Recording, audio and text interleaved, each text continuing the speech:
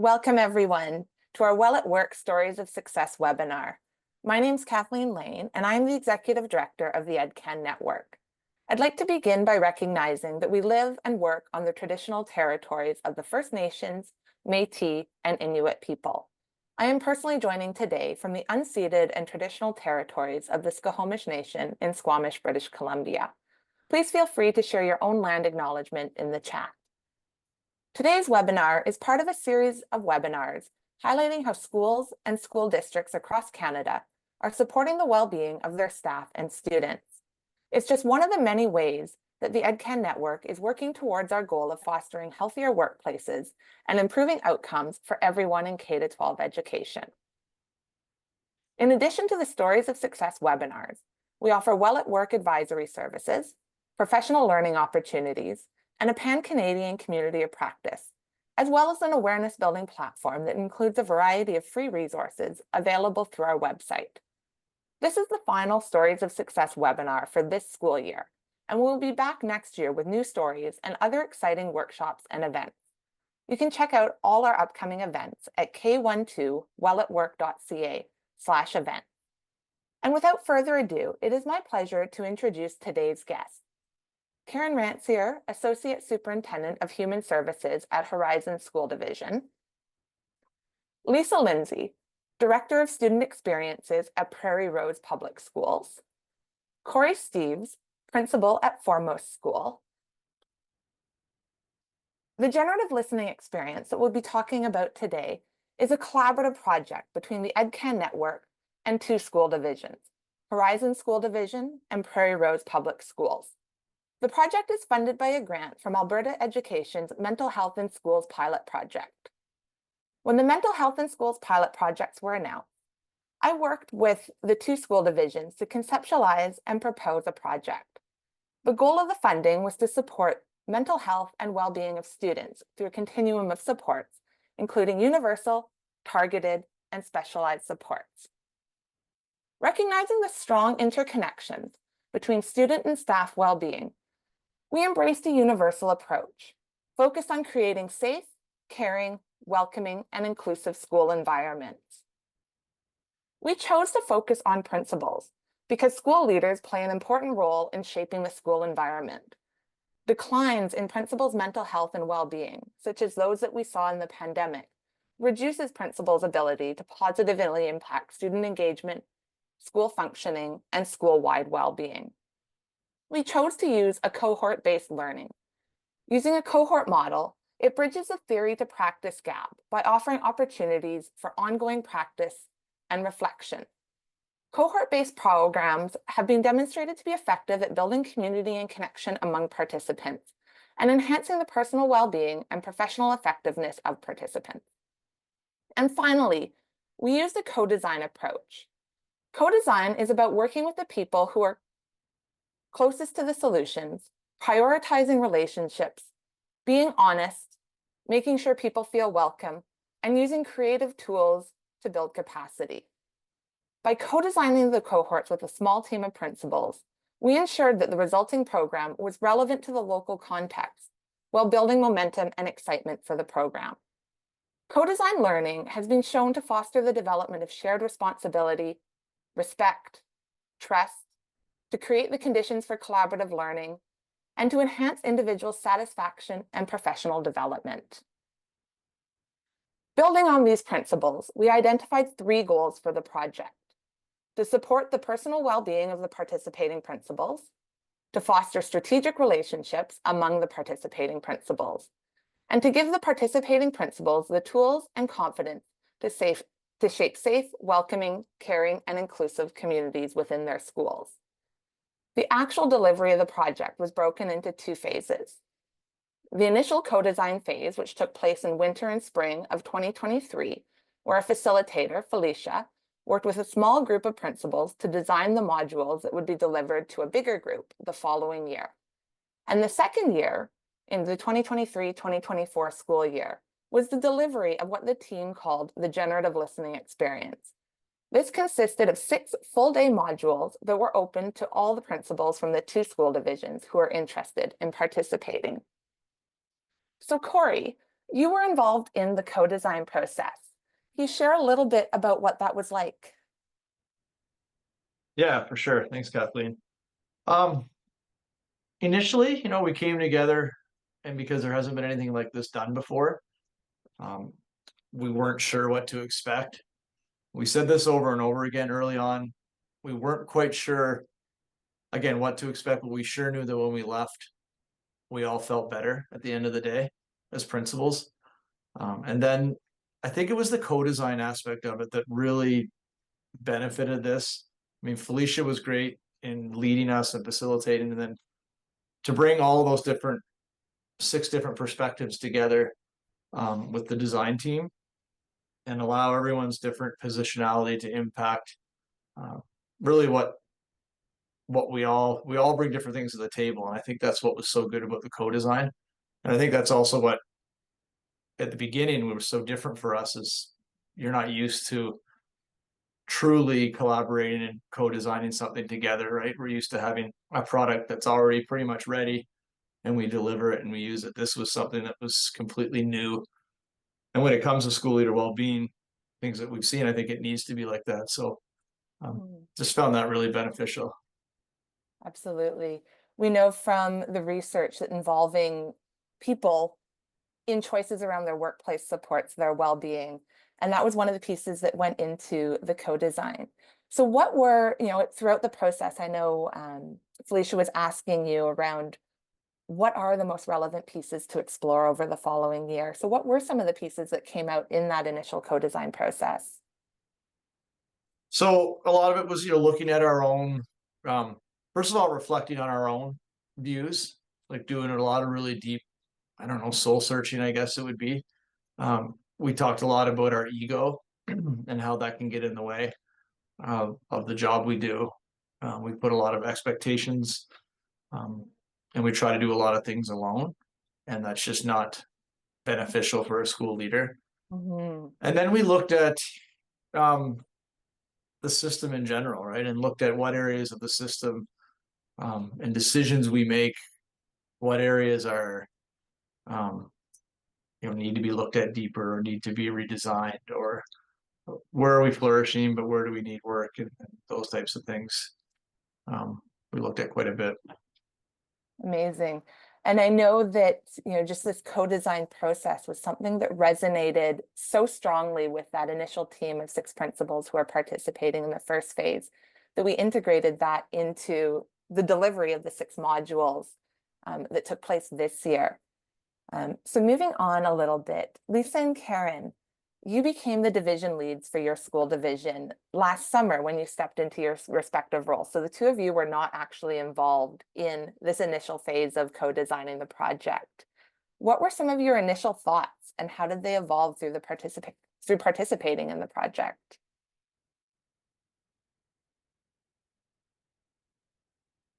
Lisa, go ahead. Um, I remember the first meeting that I had last spring. I was a part of the meeting with Camille, who is my predecessor in this role, and Kathleen, you and Felicia. And in a time when you're starting a new role and it's very overwhelming, it immediately sparked excitement and curiosity for me, because it seems it's kind of a dichotomous concept, because on the one hand, it seems so simple to do this. Well, of course, if we focus on the wellness of principals, there's going to be an impact in schools. But then how we do that and how we build their capacity and give them tools to do that was really, really interesting and exciting.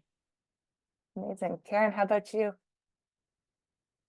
I found it kind of on the revolutionary side that we would actually be focusing on principals, because as educators, we are always focusing on students. And it was an interesting shift to work with principals and have conversations with them around the fact that it's actually an expectation that you engage in and learn strategies for your own mental health as a principal.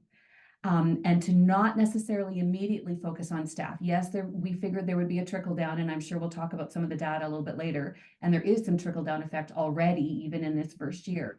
But it was just a very different approach, a totally different lens through which to look at. And I was excited about that opportunity. I was a little hesitant too, because so many of the other projects, in fact, if I'm not mistaken, I believe this project is the only project in Alberta with the current funding that focused on principal well-being. The rest were very creative, very beneficial, very worthwhile, I'm sure, strategies of focusing again on students. But to actually focus on principles was something that was an out-of-the-box piece for me. And I was excited to see what that would actually look like. And I was not disappointed as we went throughout the year. Amazing. And I'd like to welcome Felicia Oakes, the Well at Work consultant and facilitator for the project. She was critical and instrumental in designing the process that we went through and that these two school divisions embrace. Felicia, can you share a little bit about what the principals experienced over the course of this year? It's nice to see you all, and thank you for allowing me to be late as I logged on to 3 different devices to get on here for some reason today. I was writing a reflection letter to all the principals yesterday, and I'm just adding my photos because I went to Onion Lake First Nation to look at treaty-based education. And what was really amazing over this last week was I kept thinking to myself, I wish Prairie, Rose, and Horizon principals were with me right now, because there were so many pieces of what we've done over the last 2 years where I was highlighting some of the key elements of fabulous education systems. And of course, the first thing that I can hear Lisa and Karen already speaking about is paying really close attention to the people, and paying particular attention to the fact that education is a human organization. So we need to use human tools to work within that system. And the second piece is that for our First Nations and Indigenous communities, we are story, and stories being shared is how we create the fabric of what we co-create as meaning and meaningful. And we don't spend a lot of time in our current education system protecting and creating sacred space for stories to be shared amongst leaders. And when we do that, and when we did that with this project, what we found is a lot of the work, those seemingly insurmountable complexities in education, actually they soften, and there's openings, and there's just ways of being together, and that happened organically. And then of course the educator's mind goes back to that's fair, but what was the measurement, what was the assessment, okay, but was this efficient, was this a good, so there's always going to be that balance in education, because we care about our practice, and that's what a professional organization is. So that's the dance. That's the beautiful dance between the growth in the system and then the inertia in the system. And unless a system is willing to honor that there are challenges, there are really big traps, there is woundedness in the organization, unless they're willing to honor that, they can't do the work honestly. And in this case, with the last 2 years with the Generative Listening Project and these principals and these divisional leaders, all of them came to the table with a lot of authenticity, a lot of their own passion. They did not live in their heads for most of it. They were really in their heart space. And then, of course, all of that translates to that, ridiculous amounts of growth. So that's all I'll say. And I felt that in Onion Lake too, because they have been doing this work for a long time, really focused on well-being and identity and core learning and high levels of instruction, and it does work. So I'm really proud to again say that other districts are doing it. Absolutely. And you allude to the challenges of measuring something like this, as Karen mentioned, like a revolutionary type project. So we did do a short series of questions to the principals partway through the year, and we saw really strong positive results.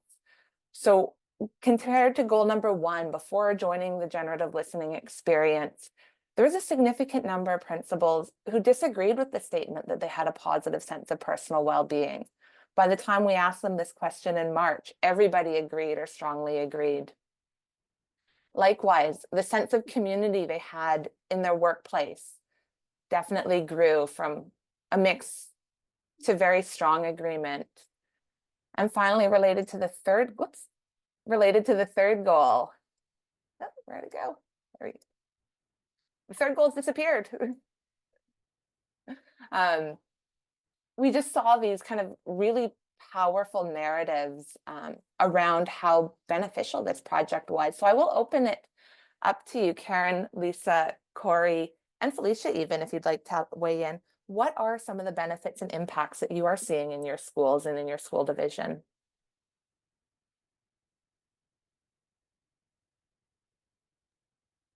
Can Go ahead, Corey. I say something about what Lisa, a bit of a combination between what Lisa and Karen just said, and then how it relates to what you see in your school.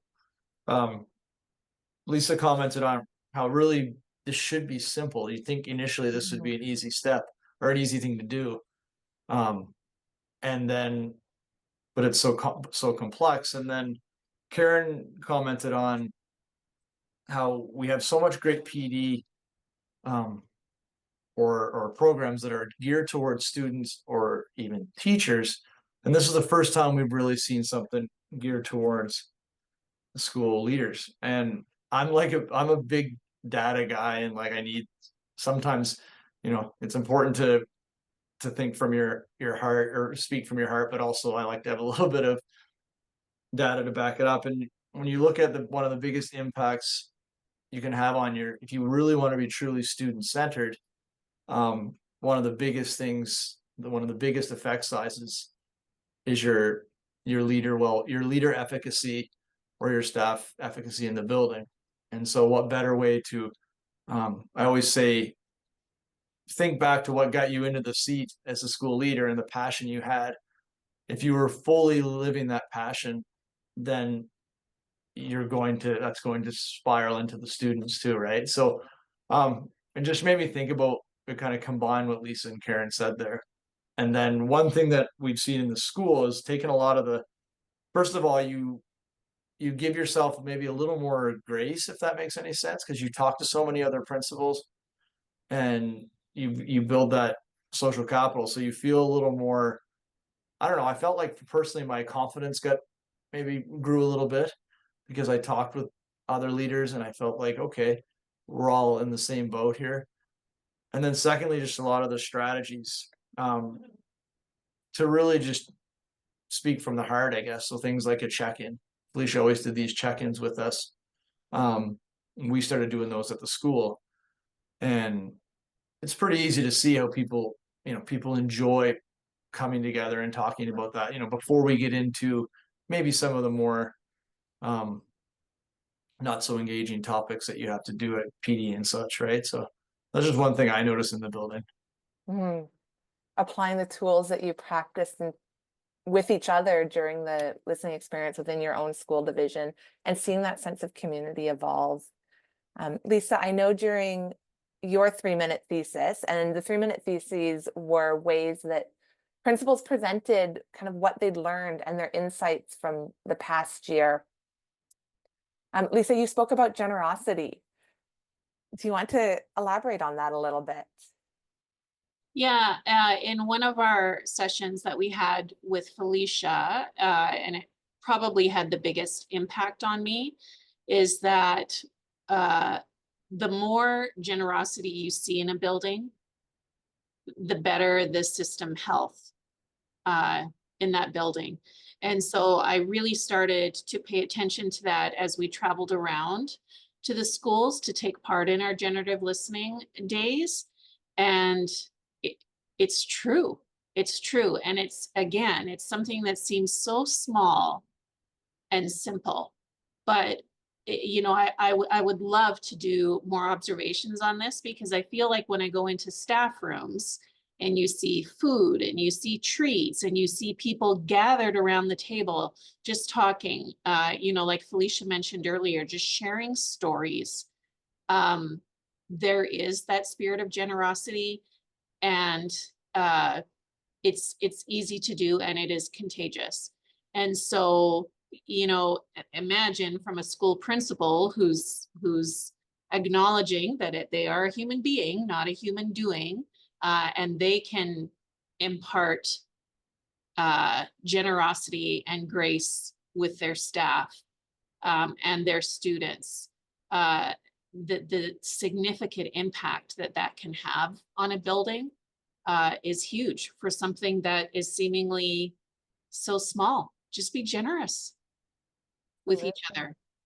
You know, Absolutely. so I really love that concept, and we saw it every one of our generative listening days this year, where the principals were proud to show off their students and their teachers and their building and the things that they were doing. And you know, our days were focused around having time to talk to each other, and there was always great food and coffee and tea, and it was just such a generous climate to be in.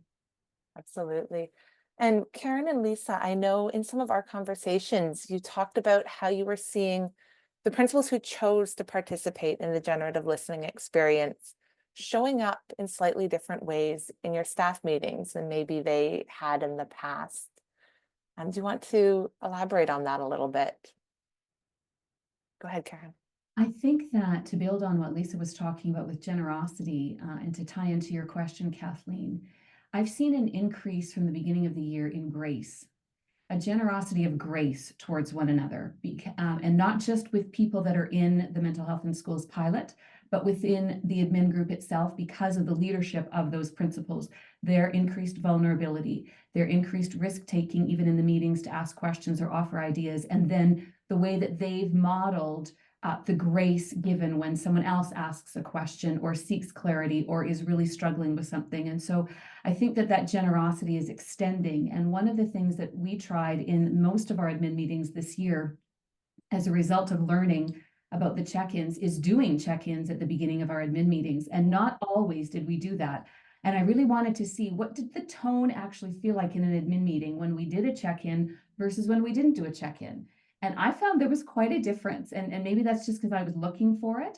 But I found that when we did a check-in at the beginning of the meeting, and principals had the opportunity just to connect at their tables to answer questions about where they were at, how they were doing, who they could cry with, those kinds of questions, changed the tone of the rest of the meeting in terms of there was a more relaxed space. There was more connection being made. There was more conversation that happened naturally. And so those were some of the things that I'm noticing in our administrators already. Amazing. Bringing back the humanity into our work together. So we do have just a couple of moments left. Are there any final reflections or anyone willing to share what might be happening next? I will share that we are putting together a facilitator's guide and a report so that other school divisions can learn more about the project and implement some of the ideas from it. But Karen, Lisa, Corey, or Felicia, anything final to add before we turn off the recording and open it up for questions? Just one thing I want to share, and that is that I opened it up to our principal cohort to sit with me and be the leaders in planning something for the coming year for all of our administrators. And so we just had our initial meeting about that earlier this week. And one of the barriers that is something that we need to address, and when I say we, I don't just mean Horizon, I don't just mean education, I mean we as society need to address, is when we look at education and we think about public dollars going to something like this, there seems to be this extra justification or demand in some cases about what the perception is of what we're doing for wellness. So for example, we talked about maybe starting our admin meetings off by going for a walk outside and doing some sort of a check-in with one another there. And then immediately in my mind, I didn't share this with the group, but in my mind, I'm thinking, okay, I've been here, done this in a previous division where we started a PD event by going outside, and there was a bit of backlash from the public, because why am I keeping my kids home on a PD day while you are going for a walk when you could do that before 8 o'clock or after 3:30. And so, you know, when we've talked with Felicia a lot this year about what are some of those barriers, that's another one of those things about a public educational system and how do we take care of our people and teach the public about how important that is and what that can look like. So just one other piece I wanted to add in, because that's something we're facing as we look ahead to implement and do something new and exciting again for the coming year.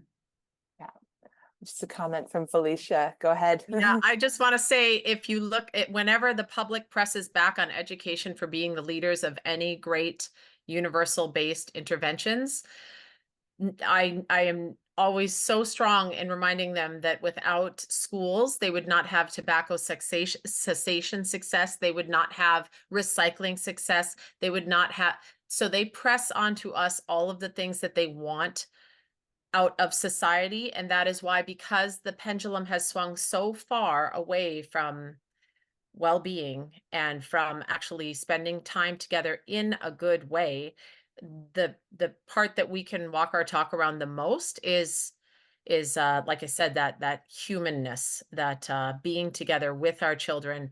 When our children feel, when we use the word busy and say, I just don't have a lot of time, busy time of the week, busy, and when we're operating with that level of being with children, there's not a spaciousness for them to grow. And of course, the back end of all of this, and I'm just closing it out with the reminder that anxiety and depression are symptomatic of a society that is unwell, and that is the adults. We set the tone. We create the culture. It is the buildings where they spend the most amount of their time. So schools have a huge responsibility to put the mirror onto the adults and their own nervous systems. So that goes beyond trauma-based trauma-based practices and right into the spirit of learning and being innovative. And where do great ideas come from? They come from that walk, that talk, chicken wings and beer. They come from those informal moments where people are bumping around and having fun and playing. And that's where we really are at our best as human beings. So I just want to close on that, because the public will watch this and they'll say, like you just said, they don't have to have sympathy for us. We just, as educators, we have to remind them that we have a long history of doing well what is right for children. And the way that we led the last 2 years is the way that children will respond favorably.